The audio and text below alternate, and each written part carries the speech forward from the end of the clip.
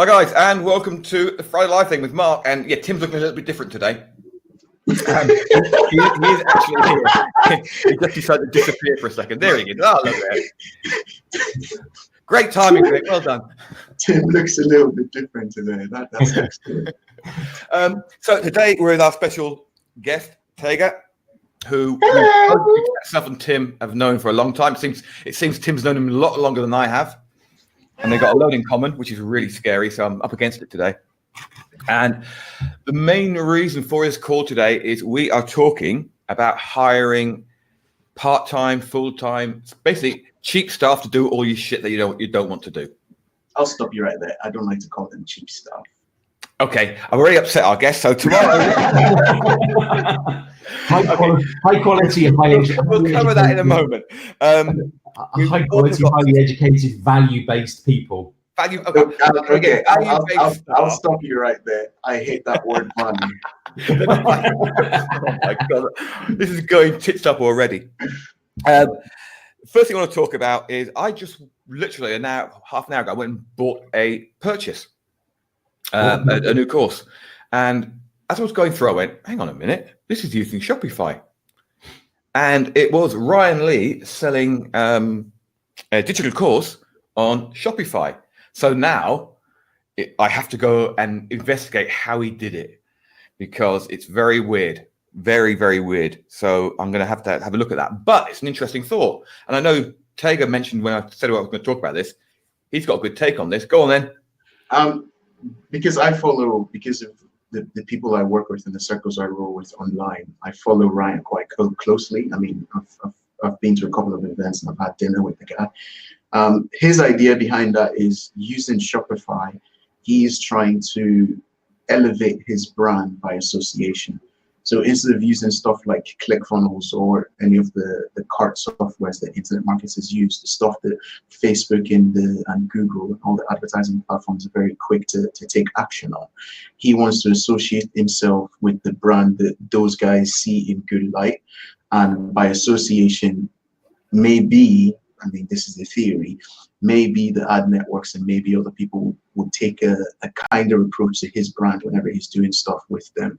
So rather than them thinking, oh, you're an information marketer and you're using ClickFunnels or Samcart, for example, they say, oh, you're selling an education program via Shopify, which in their eyes is a legit company because Shopify is worth, what, billions now, I believe? Yeah. So.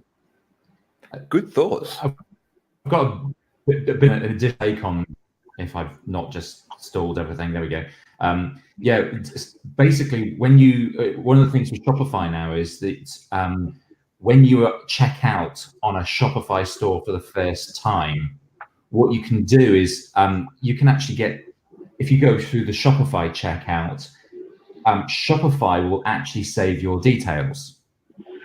So Shopify, it's not necessarily just the store owner that holds your details.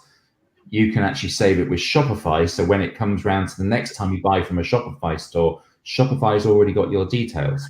So again, it's just like that kind of added trust factor that, say, for example, Looks like we lost him. Yeah, Tim's paused again. Yeah. Tim's dodgy Scottish Wi-Fi. Speaking Hi, of Greg. How you doing, guys? Speaking of the added trust, like as he said, added trust there, the thing that came to my mind was PayPal, because that's exactly what PayPal does. Check out via PayPal. When you check out, you can tick that little box that says like, keep me signed in so I can check out easier in the future. Yeah. It's basically exactly the same feature, just with a bigger brand, if you could argue that.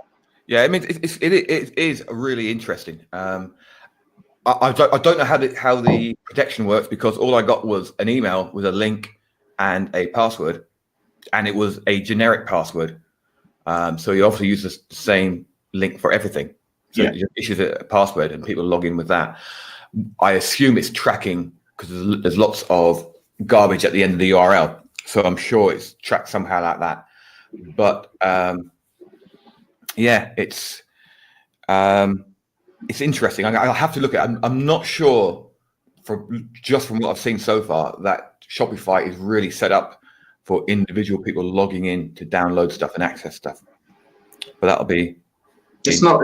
If you think about the purpose of Shopify, it's not really what it's for. I mean, Yeah, exactly. This is why Ryan is Ryan, because Ryan is always going to ask like those weird questions, and he's always going to push stuff to see what he can do, not necessarily what he can get away with, but what he can do and how he can use something that people say is not suitable for information marketing, for example, and then see how he can jerry-rig or Frankenstein that and bend it to his will. Yeah, that was Tim just got me on Skype. But did StreamYard die? I went, no, mate, just you. Right. So, we shan't talk about Tim's trip to London until he gets back, as we don't know what happened. Yeah. The start and end of the story is Tim went to London. Yeah. Well, the start of the story is Tim went to London. The middle of the story is Tim got stuck somewhere. Way back. So all I got from him last night was stories about self-proclaimed gurus and how crap they are. He wasn't in a good mood. It was quite funny. Right, we're going to get on to you in a second. But before we do, last week we talked about Facebook ads. We were really in depth with Dave. That was a good show, by the way. That was a really good show. On Tuesday, I got a message from somebody who was on the show, and we actually gave them some ideas and some things we talked about.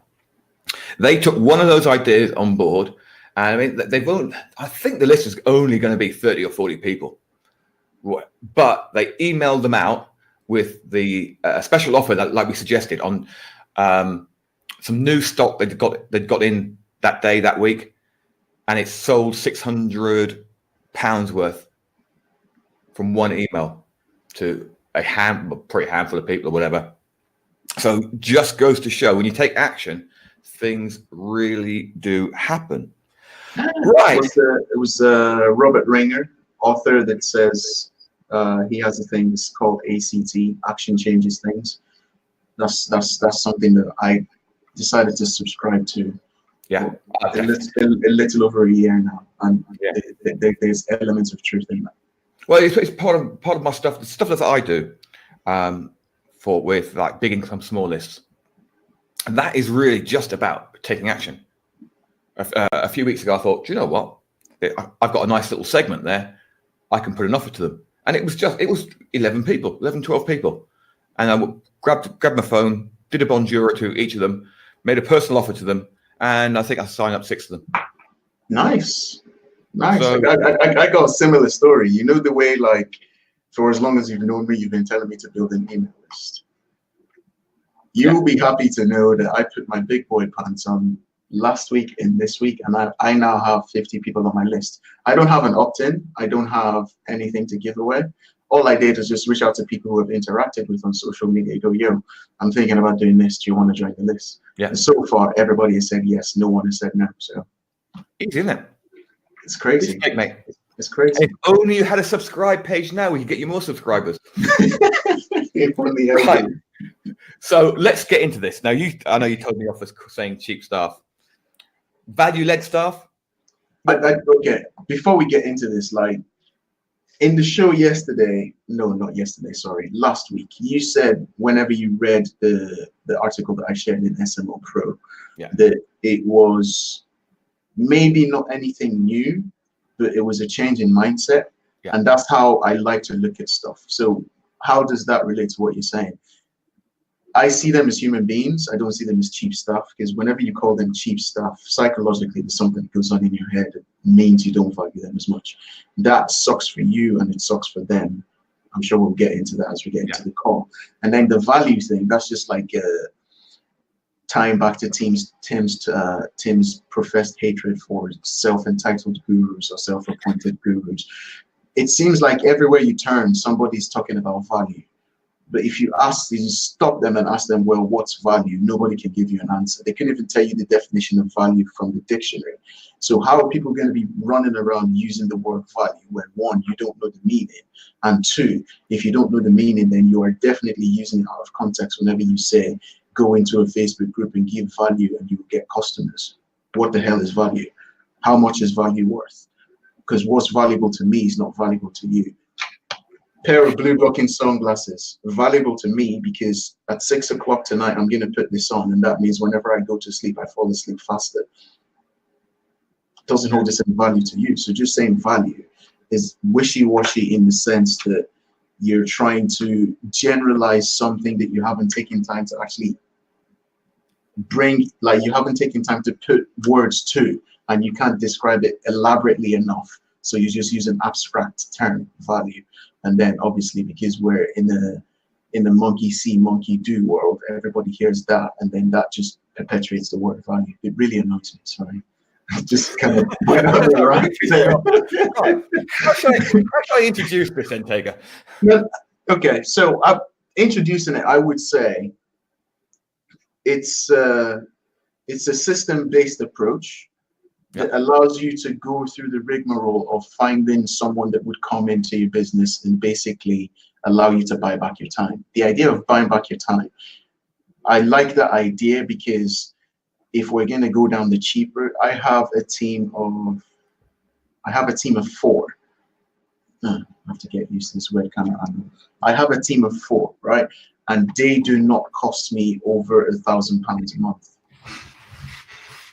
right? So a team of 4 staff, and they don't cost me over £1,000 a month. And the only reason I have that is because I took this system-based approach to hiring people.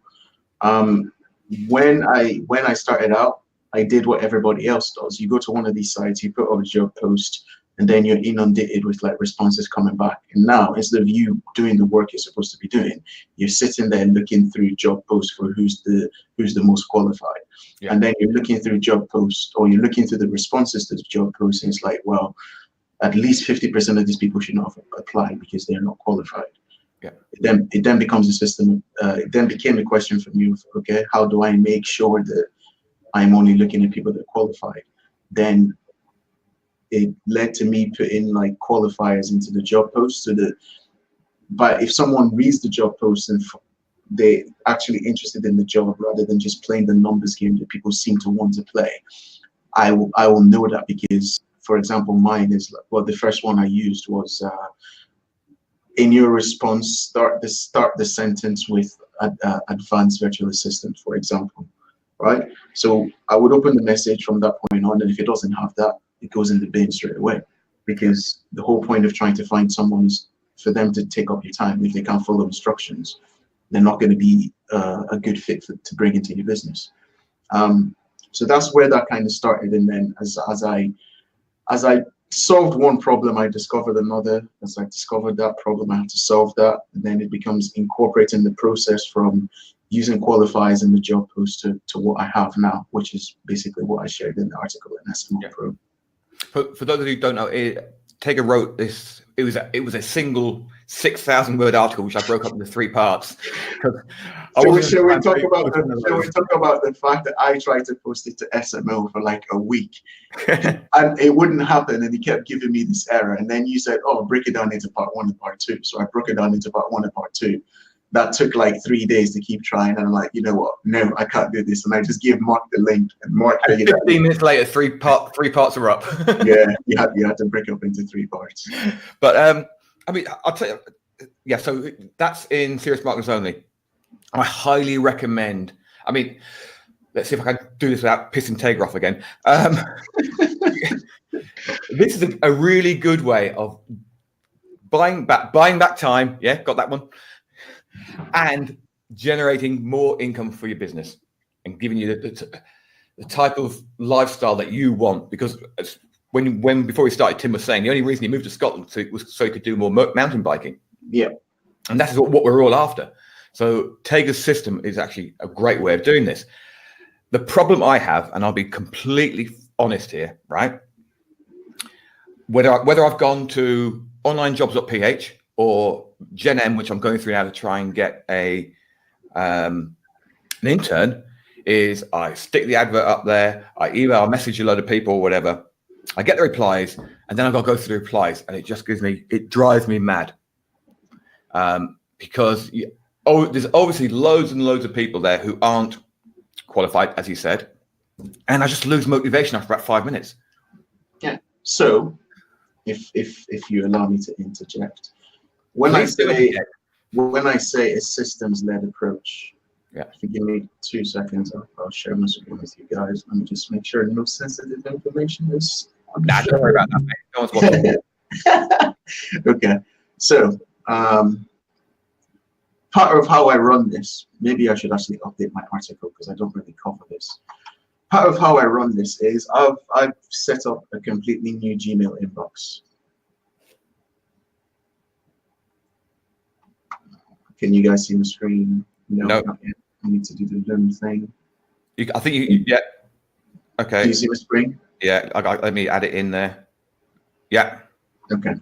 Right. So this Gmail inbox, as you can probably see, I've just run this process for someone to help them find a web developer.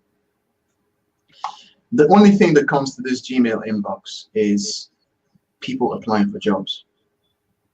Right? Yeah.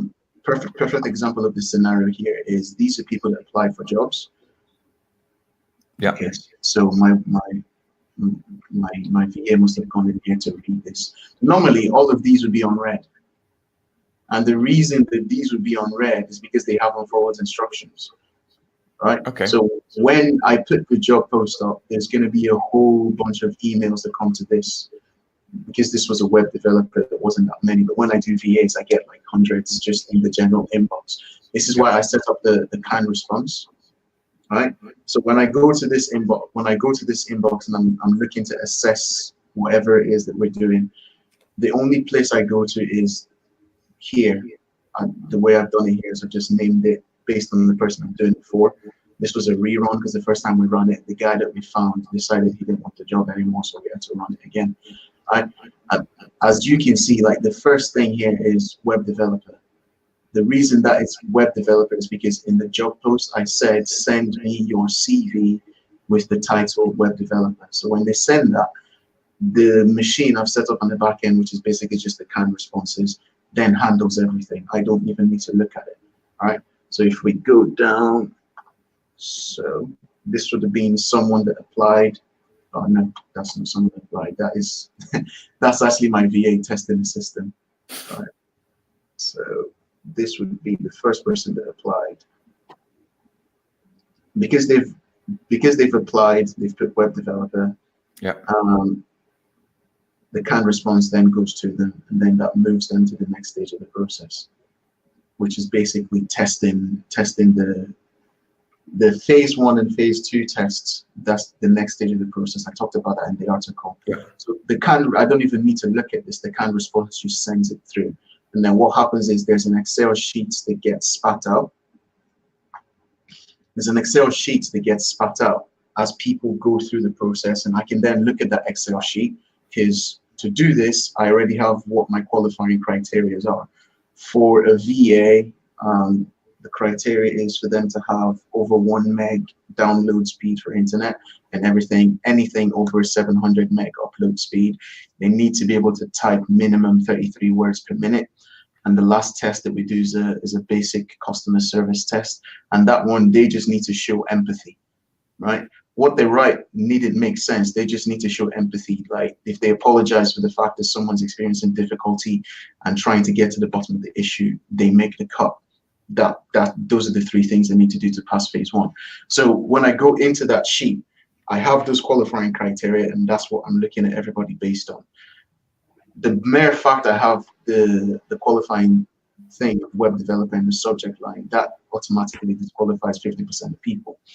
So when I'm looking through the sheet, the first thing I do is typing speed, because that's the easiest thing for me to see.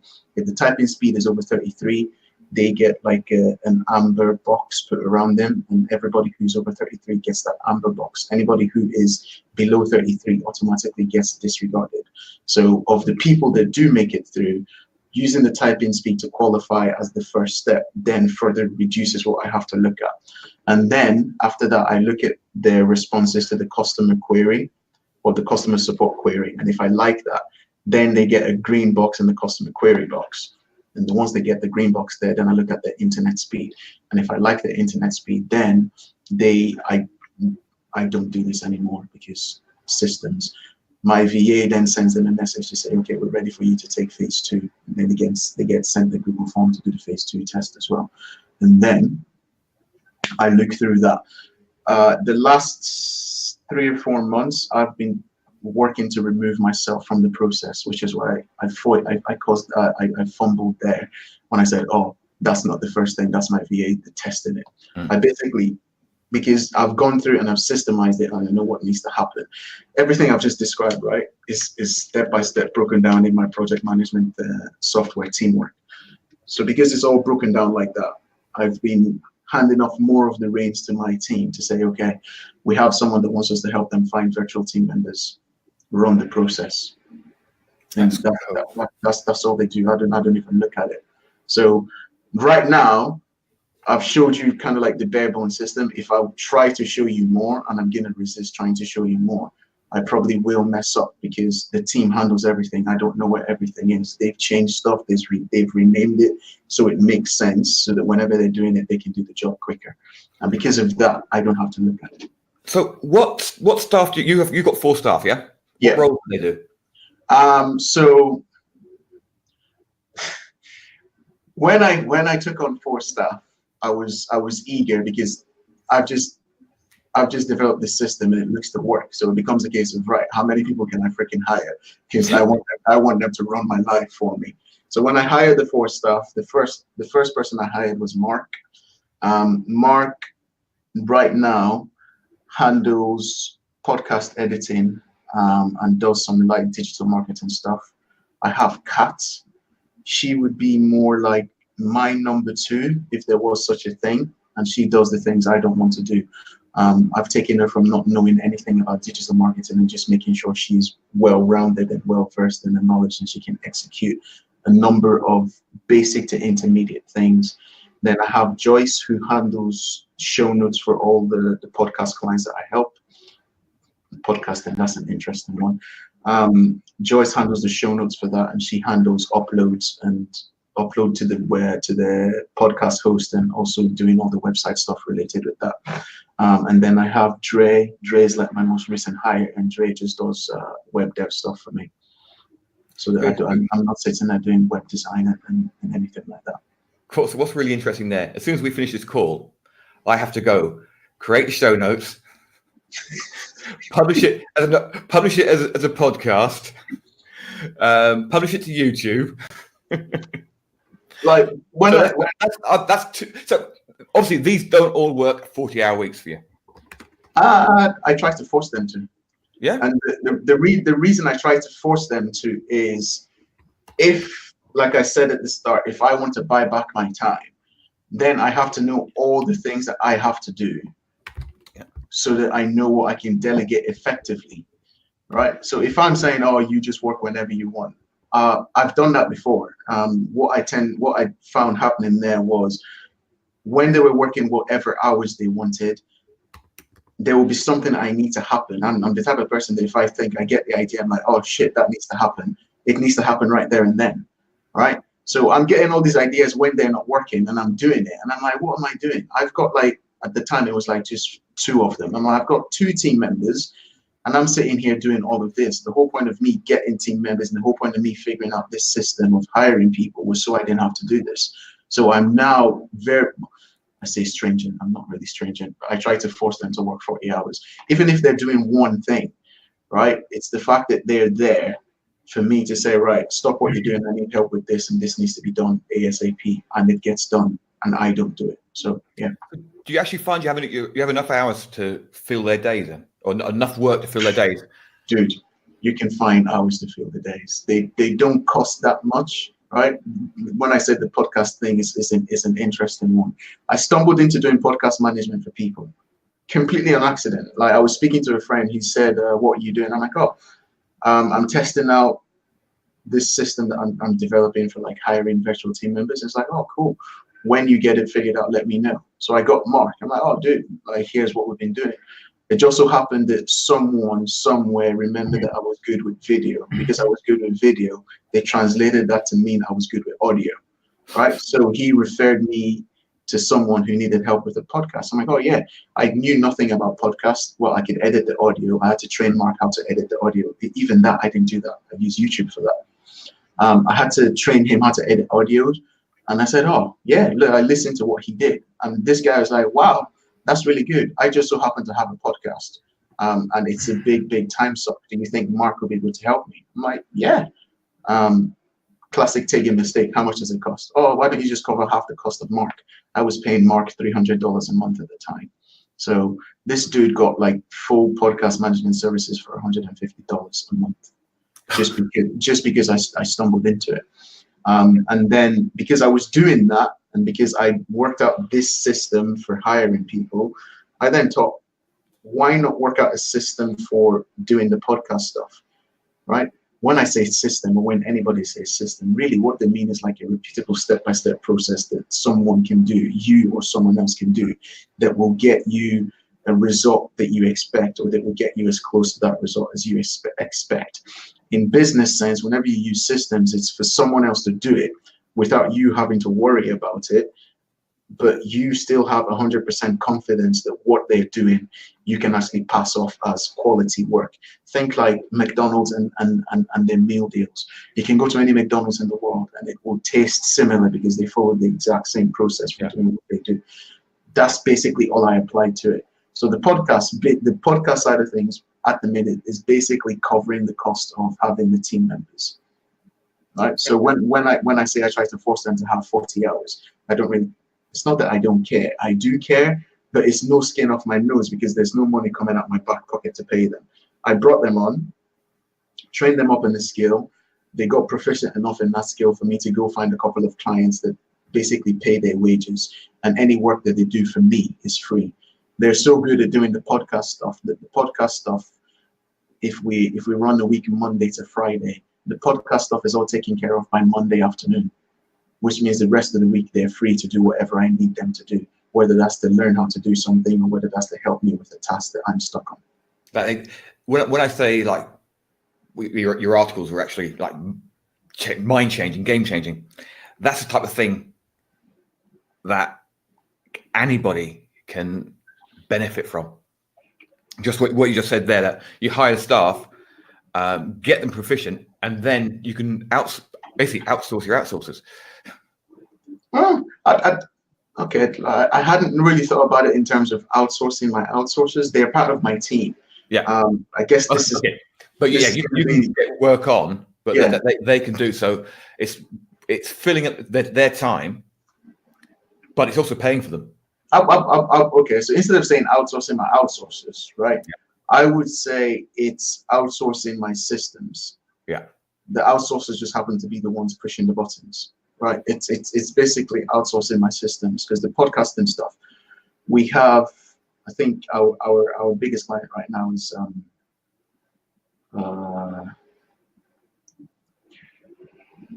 I don't even remember who the biggest client is. Point is, what we do for them, they value it so much that they've sent us business. Nobody outside of like a select few people, the few people watching this, will know that I manage podcasts for people, because it's not something I talk about.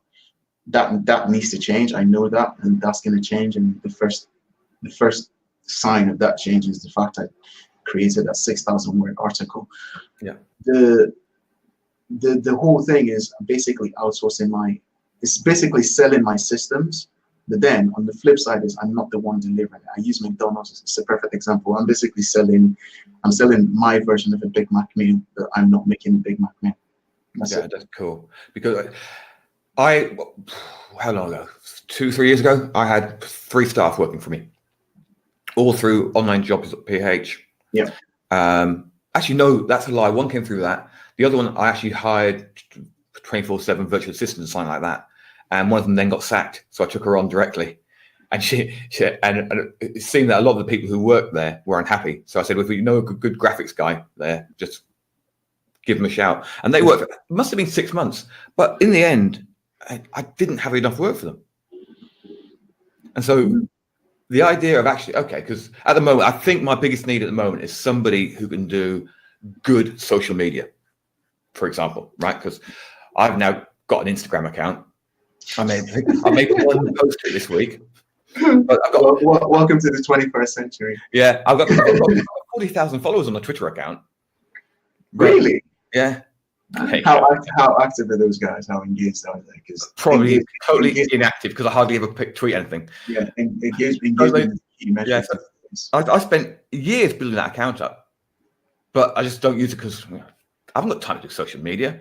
Yeah, Facebook stuff. I probably put 1 or 2 a week. I'll fire up Hootsuite and stick a couple of posts in there if I remember. And it's so yeah. If I could find someone who can basically do the 6 or 7 hours a week, I probably need them for social media. And that just means I can say, hey guys, look, I've got someone in social media. I can go to Serious Marketers Only. I've got someone who's social media. They can do 5 hours a week for you. Give me $50 a month. And it helps cover their costs. Can I tell the word their costs? Yeah. I'm so scared to say anything in case I upset you again. dude, feel free, right? Feel free. Like nobody knows those things like a bugbears of mine because I don't talk about them. It's not anybody's problem. You can use the word. It just makes me feel a certain type of way whenever I hear the word. But what you're saying is right? The way everybody talks about outsourcing is they sell. This is the thing with marketers. Marketers are good at kind of selling you the latest and greatest thing, but they never really tell you who you need to be to use that effectively. Perfect example is the outsourcing thing. I bought that thing hook, line, and sinker. Like whenever virtual assistants 24/7. If I remember correctly, that was by a guy on my Facebook. I can't remember his name. Like he used to be like a prolific Warrior Forum guy. Then he launched that, and that was kind of what planted the idea in my head. It's like, what would happen if I had a team that was proficient in doing all that they needed to do? Obviously, because that's what he was selling. I didn't know the work that went into the behind the scenes stuff. I didn't know the work that went into qualifying people and hiring the right people. I didn't know the fact that I would need to stop being the implementer in my business and become more the manager in my business, because that's a big change, right? That's probably the biggest change you need to make whenever you decide to hire someone, because if you remain the implementer in your business, now you're paying someone to do something, but you're competing with them for stuff to do. Yeah, no, that's exactly, you put your finger right on the pulse there. That is the exact problem that I have.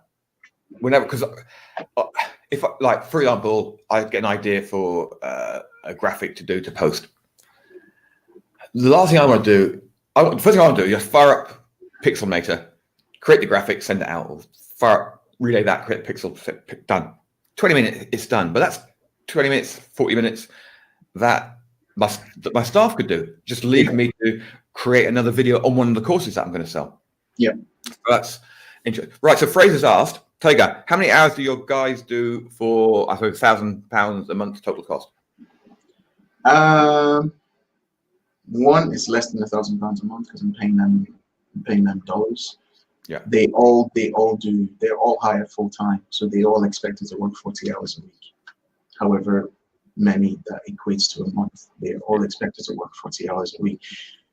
The question you asked there is one that I kind of struggle with, Fraser. My thinking was, what's the point of making a finicky process even more finicky by then saying, oh, you're only going to work X number of hours? Then I have to sit there think, okay, I'm paying you $5 an hour and I need to calculate how many hours you worked. It was easier for me just to say, okay, I'll hire you full-time, 40 hours a week. You get paid this wage. You get paid on the 1st and the 15th of the month. What's your PayPal address? Simple, right?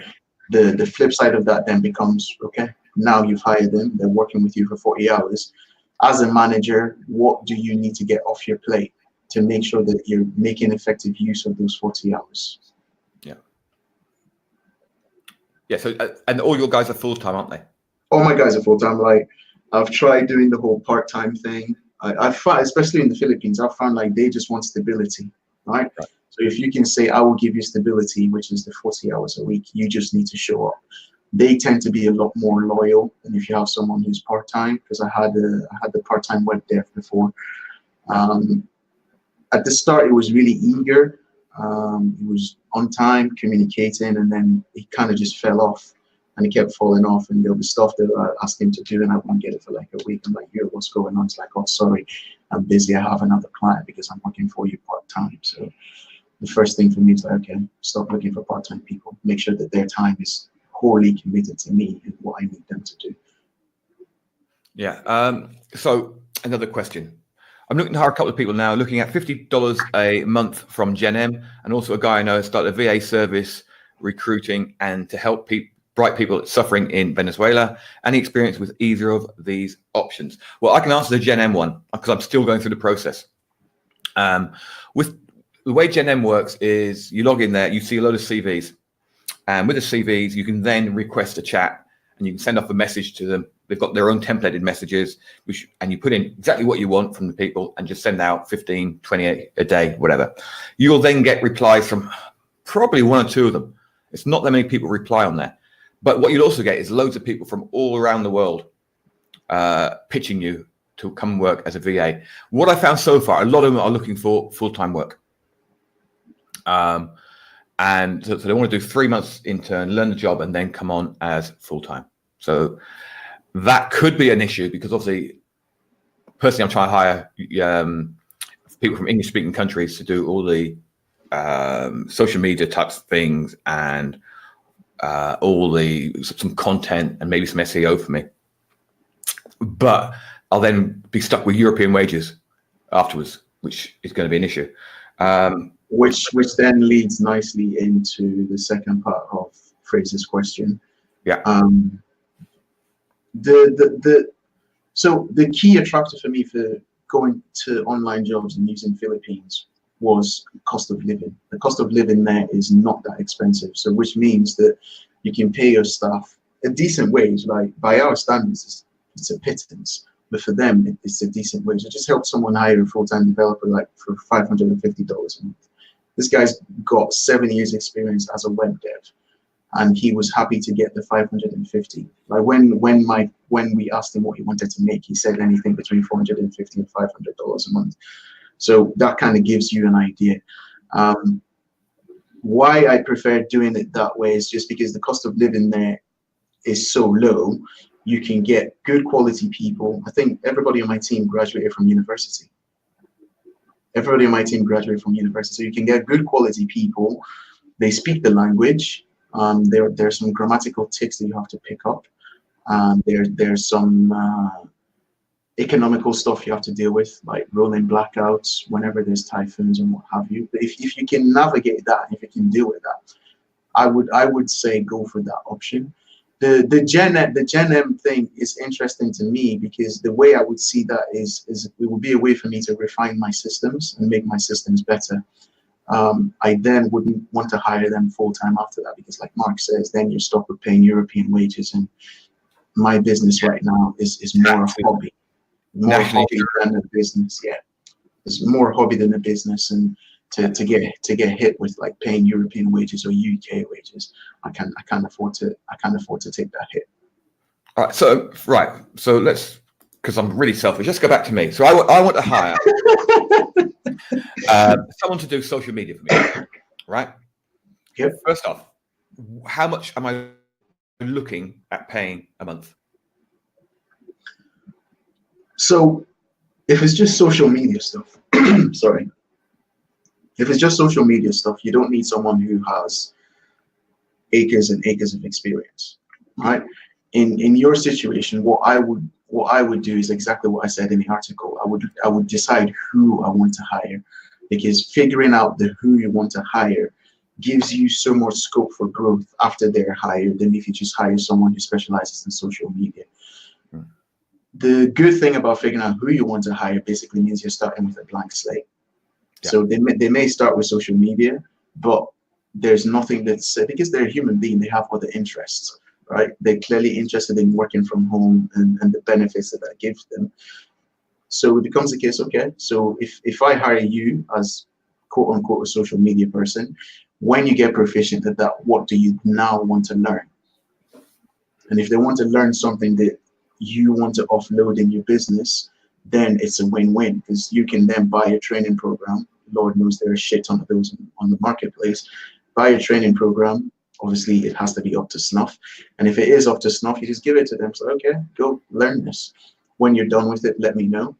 And then when they let you know, you can then give them tasks that help your business based on what that program teaches. So if you want to hire a social media person, I would say start from scratch. You don't look for like a specialized social media person, start from scratch. But before you hire them, not only do you need to know the who, you need to have a basic system for doing social media that gets results, right, that they can implement. So right now in my ecosystem, as it were, I'm trying to figure out the content marketing game. How can we create high quality articles similar to the 6,000 word article that we shared? How can we create that in a way that's going to be cost effective, but also in a way that we get known for, well, I get known for creating that I don't have to do any of that. So that's what we're working on. Social media is definitely going to be a part of that because I have, whether I want to admit it or not, a little bit of a following. Because if I can build a 50-person email list in less than a week, there's definitely something there that can be leveraged. So social media has to be a part of that. It then becomes a case of, okay, what are the moving pieces? What can we as a team systemize? And how can we systemize it in such a way that Tega doesn't have to spend time doing this? In answering that question, I realized Tega has to spend at least 3 months figuring out the system. Tega has to spend at least 3 months figuring out how to do research for article ideas. Tega has to spend time finding dependable and reliable writers that we can give this to. Tega has to come up with a way that we can create content briefs that make it easy for the writers to do their job. Tega then has to spend time making sure that Greg is my intern. I didn't mention him before. I don't like mentioning Greg because Greg's thing is a little bit different. That Kat or Greg know that the article we've got back needs to be read twice over, once in your head, once out aloud, to find any grammatical errors. Tega has to let the team know that they have to run stuff through Hemingway to make sure that it's written to a grade 7 or below English level. So to solve all those problems, I have to be involved, right? Because I've tried doing it the hands-off way.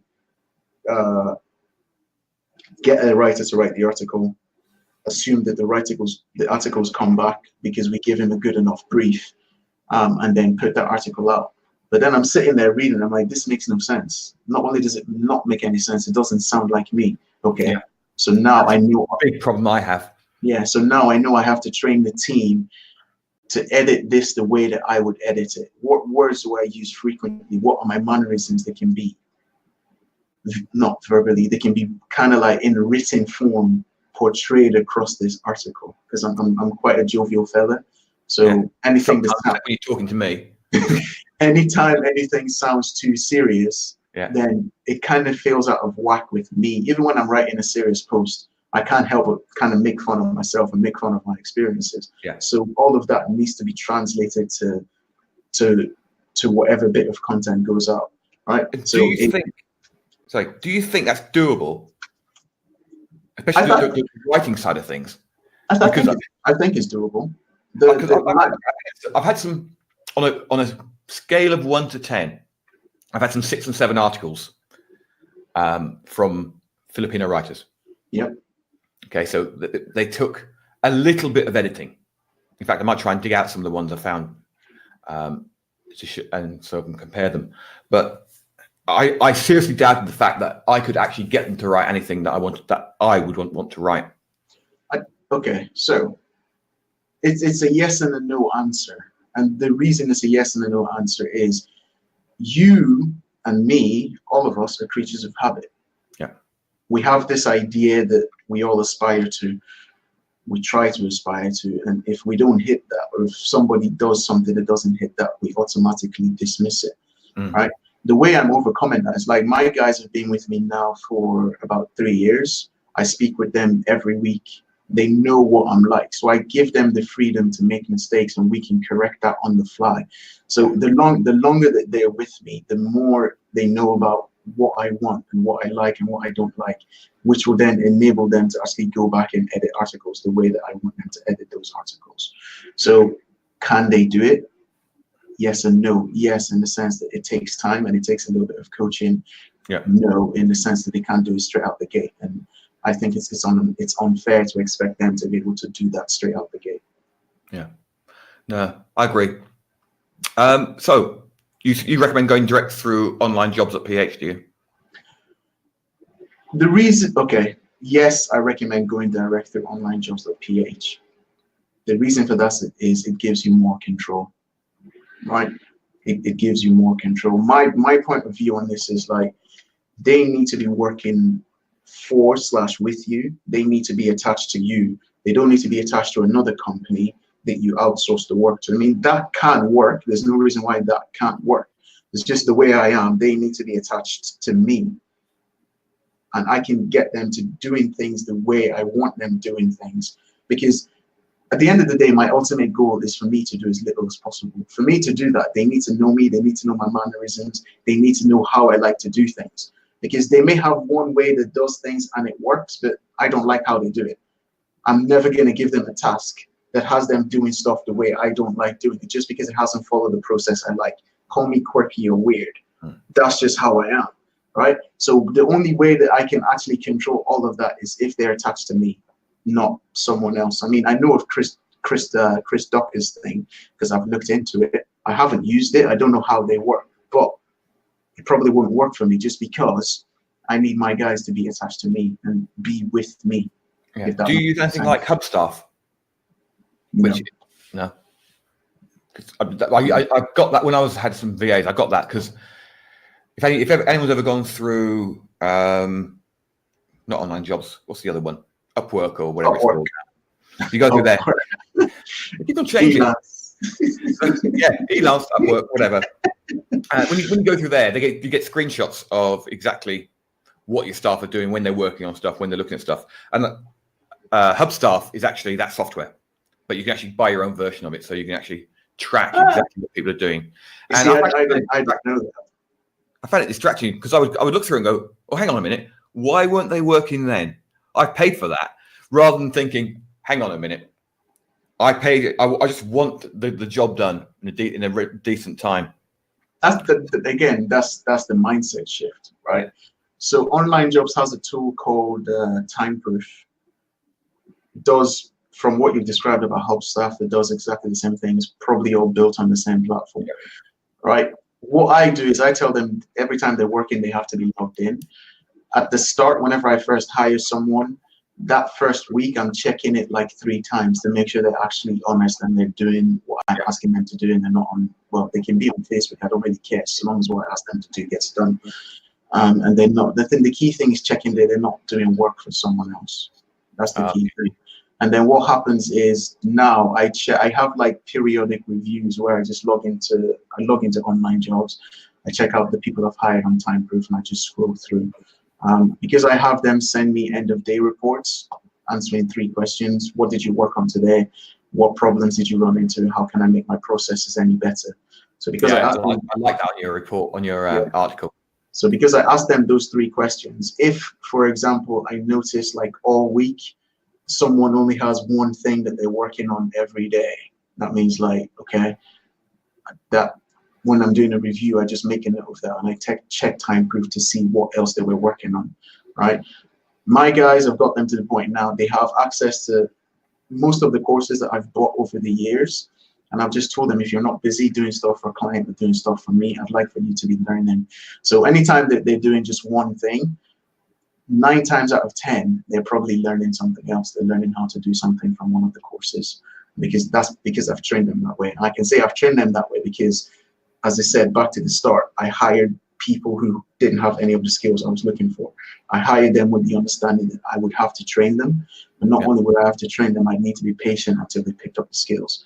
And all of that is paying off now. Yeah, I'm not patient. You've got to have some level of patience. Yeah, especially when it comes to managing people. Yeah, you have to.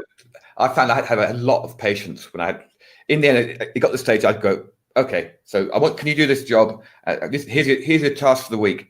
And I used to go away and not bother them because I'd get to Wednesday and look, they've done one part of it. Shit. Yeah. I think so. That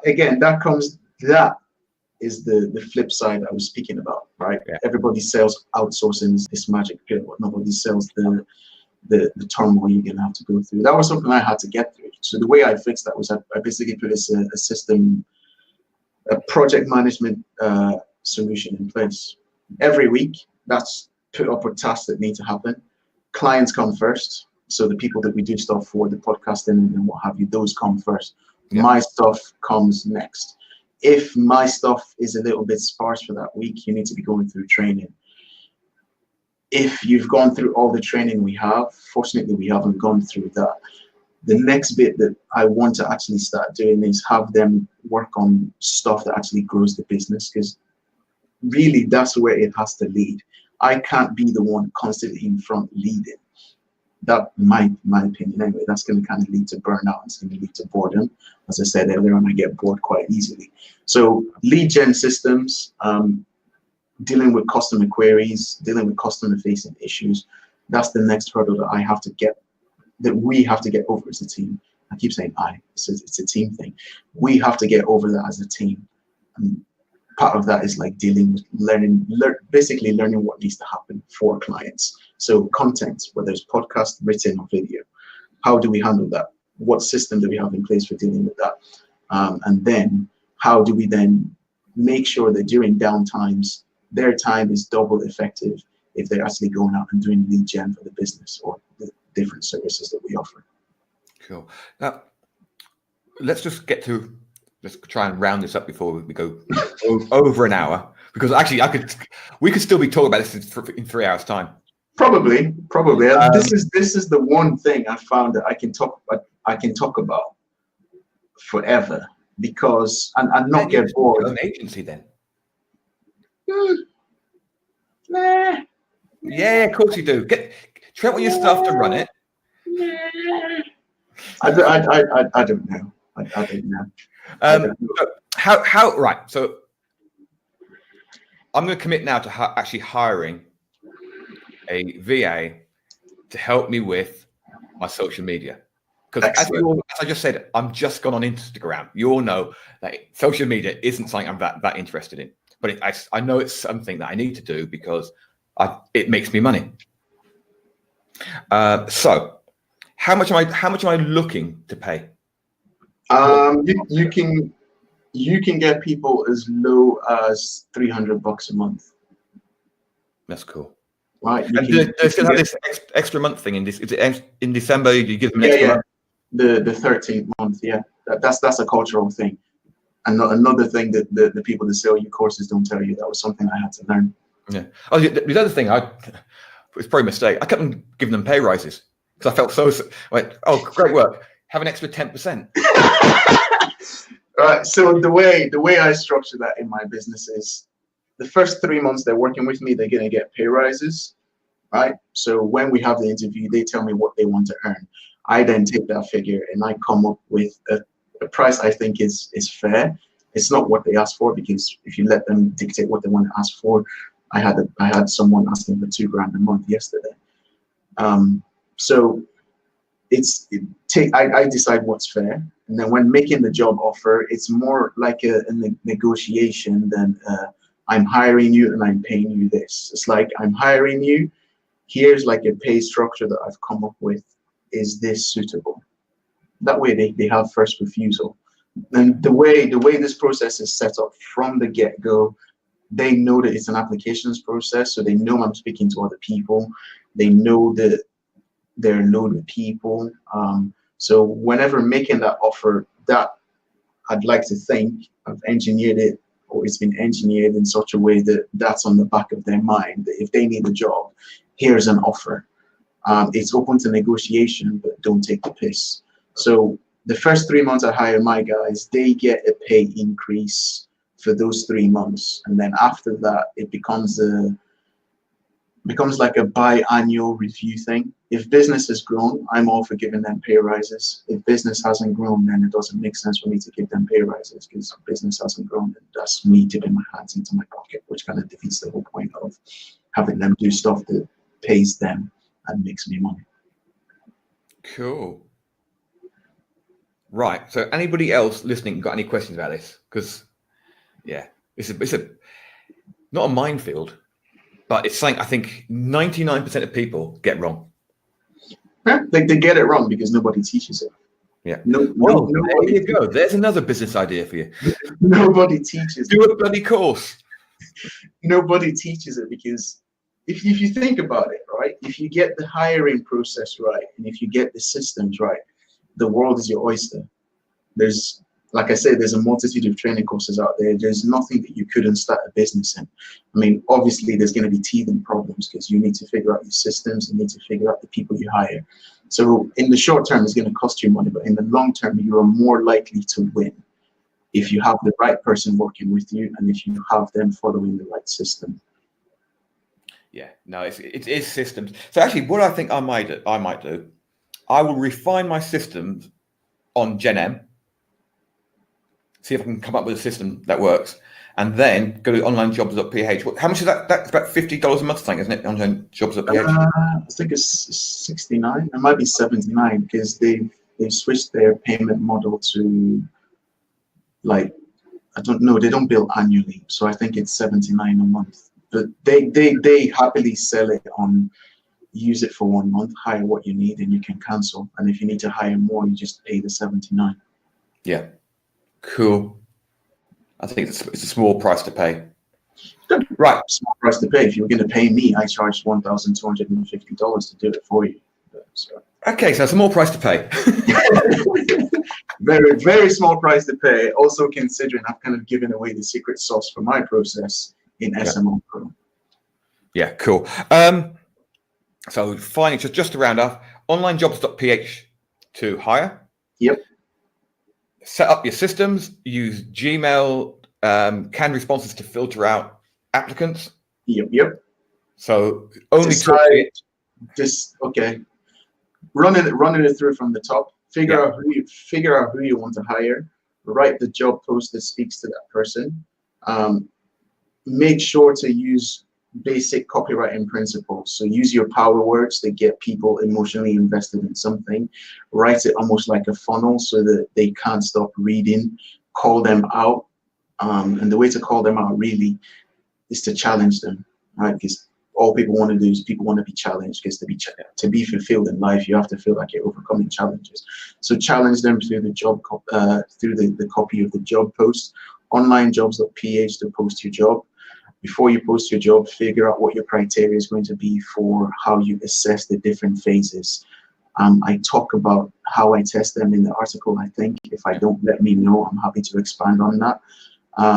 Put your job well, set up the machine and the engine, which is the canned response system and all of that stuff and all the tests. I use Google Form for the tests. And I set up like a separate Gmail just to handle the entire process so my inbox doesn't get crowded while I'm going through this. Put up the job post, assess the people that come through, invite and funnel them to phase 2. Once you see who you like in phase 2, invite them for an interview. I usually take the top 7 for interviews. When you are doing the more general job roles like a VA for someone for social media or the menial tasks, you will get a ton of applicants come through. If you're looking for the more specialized stuff like graphic designer or web developer, there will not be as many people come through that funnel. Your job then is to actually pick the best of the people that come through. So when doing it for the VAs, it's easy because you can be super, super stringent. When doing it for the more specialized role, you need to be a little bit more lax in the people that you let through, and let the personality and the quality of the people shine through in the interview, rather than trying to force them to show it in the process. The reason for that being, the process is a little bit mechanical, so there's no room for personality in that, in the process. Interview them. Once you've interviewed them, ask the questions, which I gave examples of in my article. Once you've interviewed, sit down and decide who you want to hire based on the who that you figured out at the start of the process, just to make sure there's that feedback loop and everything is congruent. Once you find your person, make them a job offer, hire them, get them on board, start working on your systems if you haven't got those. If you've got systems, integrate them into that. I think that would be the next article. how to actually integrate that into systems, because that is a big piece of the puzzle. But that's the process in a nutshell. Cool. Right. So anybody who would like to get his report who isn't a member, right? If you're a member of Serious Marketers Only, the paid version, you'll find Tega's report in the members area. Okay. Yay. It is excellent. If you're not, you're in the foundation as well, aren't you? I'm in the foundations, yes. Right. So Tega's in the foundation. I'll put the link up. If you go there and speak to him, message him, he will, and send him your email address. He will email you out. See what I did there? He will mail you out a copy of the report. Better yet, I'm going to be releasing the article I put in SMO. I'm going to be releasing on my website, right? So that will be up. That will be up today without fail. And what's your website? It's just my name, tegadiegbe.com. Okay. .com. .com, yeah. Because you need to have a .com, and Tega is such a weird name. I got my domain name from your surname. Hang on. Diegbe. Diegbe. I know. I can't pronounce it. There we go. How do you pronounce it? Diegbe. Exactly. That's why I don't know how to pronounce it.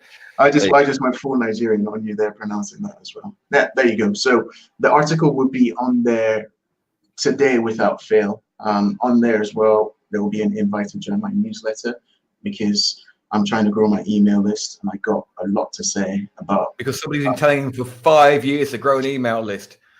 That too. I have a lot to say, and it's time I actually started talking about it, and actually started listening to people more smarter than me, who make a lot more money than me. They told me the secret to make money online, and I've just ignored it because I've had tunnel vision and chasing rabbits down different rabbit holes. But I digress. Anyway, I don't worry. I'm going to be signing up for your email, your newsletter.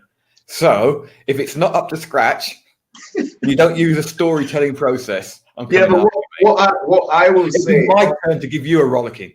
What I will say on that front is the first few are going to be rough, right? This is something I've never done before, and there's a reason I've never done it before, because truth be told, fucking scared to death of it. I've got Andre's autoresponder madness. Yeah, I've got Colin Terrier's Viking Velociraptor email system. So yeah, I have all the trainings. Every time I've gone through them, I've just thought, I cannot be bothered. Do you want to know the answer? You know those great Facebook posts you write? Yeah. Just write your emails like that. Ooh, someone thinks I write great Facebook posts. Thank you, sir. Yeah. But yeah, so yeah, Tega's getting into email marketing. Tega's starting an email newsletter. So it's all a process, isn't it? It's all a process. Who knows? Maybe I'll get so good at this, I can train my team to do email marketing, and they'll take it over, and no one will know that I'm not the one writing my email newsletters. Yo, tune in 5 years to find out. If we get replies to me, that wasn't you.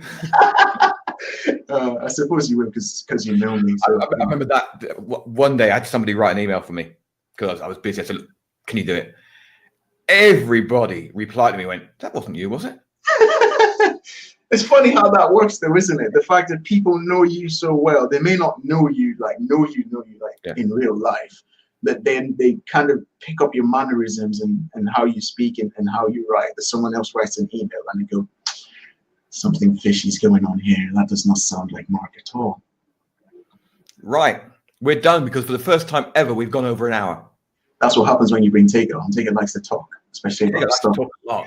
Especially stuff that Tega likes. Thank you, Tega. Thank you for having me. No, it's great. And everybody would be hiring VAs today going forward. Oh, okay. So this system is so powerful that every time that I've talked about it or done a training on it, anytime somebody goes and uses it, they actually hire someone. So 8 weeks ago, I did a training for someone in the group because he wanted me to do it. I did the training for it might have been like an hour and a half, and I basically showed them how to do this. Everything I write in that article is what I showed them. Yeah. And I've had three people successfully hired someone in less than a week. And then one guy, his team has grown from 0 to 3. He's so impressed, and he's taken everything on board that he hired one person, trained that one person, and when he hired the next 2 people, he just had that person train them up on exactly what they needed to do. So the process works and it is effective. And if you ask me, it's the right way to do outsourcing. Yeah, no, definitely. And I definitely want to hire some people, and I want to grow my business and grow my people, so I have to do nothing. Yeah, but if you want to do that, then figure out the systems on the Gen M stuff. Let me know. Like I said, we'll run this as a case study, and then we can actually dive deeper into the system and show the SMO people exactly how it works, and they'll basically have my process. I mean, if you want to go out there and use it and make money with it, you're welcome to, but you'll have my process. But like I say, this process is just the front facing side of it. What needs to happen on the back end is not something that many people talk about, because that's not the sexy stuff. That's the project management, that's negotiating wages, that's negotiating time, that's properly delegating, that's making sure your systems roll down. And so, Excellent. Cool. Right. And just as I made sure we went over the hour 5 minute, thank you very much for having me, Mark. I hope the guys who watch this enjoy it as much as I've enjoyed talking about it. And I'll see you guys in SMO Foundation and SMO Pro if you're in there. Yeah.